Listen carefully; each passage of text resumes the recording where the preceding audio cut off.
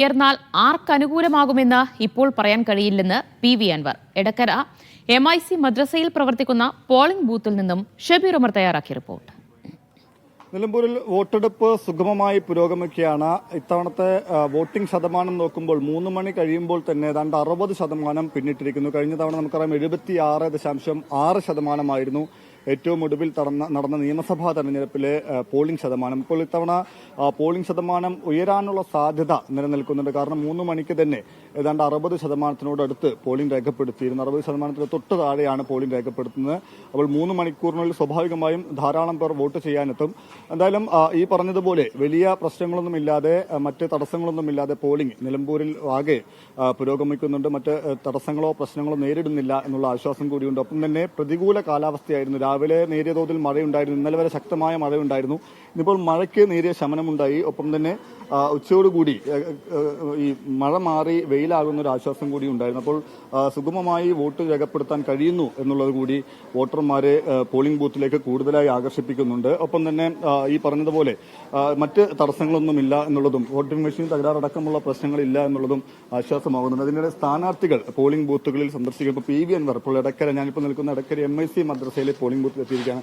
ഈ പോളിംഗ് ശതമാനം ഇപ്പോൾ 3 മണി കഴിയുമ്പോൾ 60-നോടടുത്തു. ഇത് എത്രയിലേക്ക് പോകാനാണ് സാധ്യത? 70+. ആദ്യം പറഞ്ഞ പോലെ തന്നെ 70+. ഇപ്പൊ കഴിഞ്ഞ തവണ നിങ്ങൾ മത്സരിക്കുമ്പോൾ 76.6 അതും കടന്നു പോവോ? ഇല്ല, അത് കടന്നു പോകാൻ സാധ്യത കുറവാണ്. ഈ പോളിംഗ് ഉയരുന്നത് ശരിക്കും ആർക്കാണ് സാധ്യത വർദ്ധിപ്പിക്കുന്നത്? ഈ ഇലക്ഷനിൽ അത് ആർക്കും ഒന്നും പ്രഡിക്റ്റ് ചെയ്യാൻ പറ്റില്ല. അതൊരു ബേസ്ലൈസ് ആയിട്ടുള്ള കാൽക്കുലേഷൻ. എത്ര വോട്ട് വന്നാലും ജനങ്ങൾ വിജയിക്കും. സാധാരണ ഈ ഉപതെരഞ്ഞെടുപ്പിനാകുമ്പോൾ പോളിംഗ് കുറയാറാണ് പതിവ്. നിലമ്പൂരിൽ അത് മാറുകയാണ്. ഒരു പക്ഷേ 76 അല്ലെങ്കിൽ കഴിഞ്ഞ അല്ലെങ്കിൽ അതിന് മുമ്പ് 78 ആകുമ്പോൾ 12,000-ഓളം വോട്ടിനാണ് പി.വി. അൻവർ ജയിച്ചത്. കഴിഞ്ഞ തവണ 76 ആകുമ്പോൾ 2,700 തവണ അതേ ലെവലിൽ വന്ന് ഇപ്പൊ മണി തെളിഞ്ഞ് നിൽക്കുന്ന അന്തരീക്ഷം നമുക്ക് ഉറപ്പിക്കാൻ വയ്യ. കാരണം കാർമേഘം മൂടി നിൽക്കുക. പെട്ടെന്ന് മഴ വന്നാലും ഇനി ഒരു 3 മണിക്കൂറോളം ഉണ്ടല്ലോ. പ്രതീക്ഷിക്കാം നമുക്ക്. പോളിംഗ് ഉയർന്നാൽ പ്രതീക്ഷയുണ്ടോ? പി.വി. അൻവറിന് എന്തായാലും പ്രതീക്ഷയാണ്. 100%.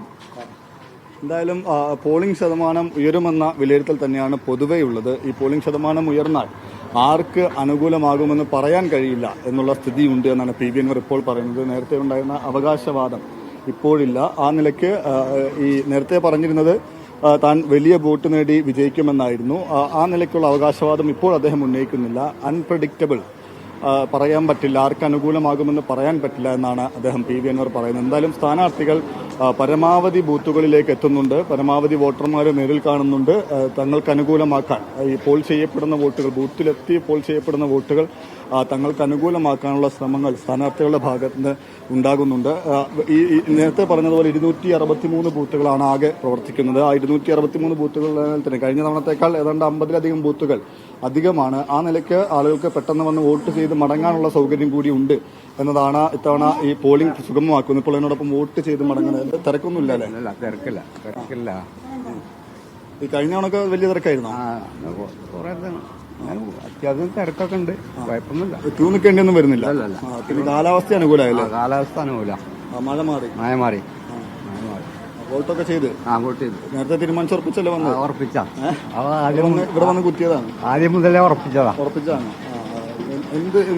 എന്ത് നോക്കിയിട്ടാണ് വോട്ട് കൊടുത്തത്? സ്ഥാനാർത്ഥിയുടെ പേരോ ചിഹ്നമല്ലോ? എന്ത് നോക്കിയിട്ട്? UDFന്റെ ആളാണ്.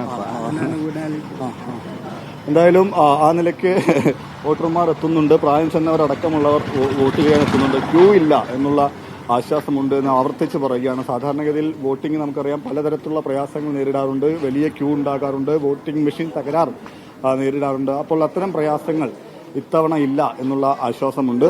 എന്തായാലും പോളിംഗ് സുഗമമായി പുരോഗമിക്കുന്നു. ഇനി ഏതാണ്ട് 2 മണിക്കൂറോളമാണ് ഈ വോട്ടെടുപ്പ് പൂർത്തിയാകാനുള്ളത്. അപ്പോൾ ഇപ്പോൾ തന്നെ 60% പിന്നിട്ട സ്ഥിതിക്ക് ഒരു പക്ഷേ കഴിഞ്ഞ തവണത്തെ പോളിംഗ് ശതമാനമോ അതിന് തൊട്ട് താഴെയോ എത്തി നിൽക്കാനാണ്, അല്ലെങ്കിൽ ഒരു പക്ഷേ അതിനൊക്കെ മുകളിലേക്ക് പോകാനും സാധ്യതയുണ്ട്.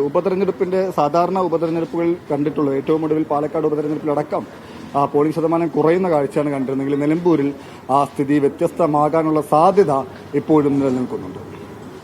യെസ്, എന്തായാലും പോളിംഗ് അവസാന മണിക്കൂറിലെത്തി നിൽക്കുമ്പോൾ വലിയ തിരക്ക് പോളിംഗ് ബൂത്തുകളിൽ കാണാൻ കഴിയുന്നില്ല. പക്ഷേ അതിനർത്ഥം ആളുകൾ വോട്ട് ചെയ്യുന്നില്ല എന്നല്ല. ബഹുഭൂരിഭാഗം ആളുകളും നേരത്തെ തന്നെ പോളിംഗ് ബൂത്തുകളിലെത്തി വോട്ട് രേഖപ്പെടുത്തി കഴിഞ്ഞിരിക്കുകയാണ്. ഒരു മികച്ച ഒരു പോളിംഗ് തന്നെയാണ് ഇത്തവണ നിലമ്പൂരിൽ രേഖപ്പെടുത്താൻ പോകുന്നത് എന്ന് തന്നെയാണ് സ്ഥാനാർത്ഥികളും കരുതുന്നത്. ഇതുവരെയുള്ള കണക്ക് പ്രകാരം ഔദ്യോഗിക കണക്ക് വരേണ്ടിയിരുന്നു, പക്ഷേ എങ്കിലും 60 പിന്നിട്ട് കഴിഞ്ഞിട്ടുണ്ട് എന്നത് തന്നെയാണ്.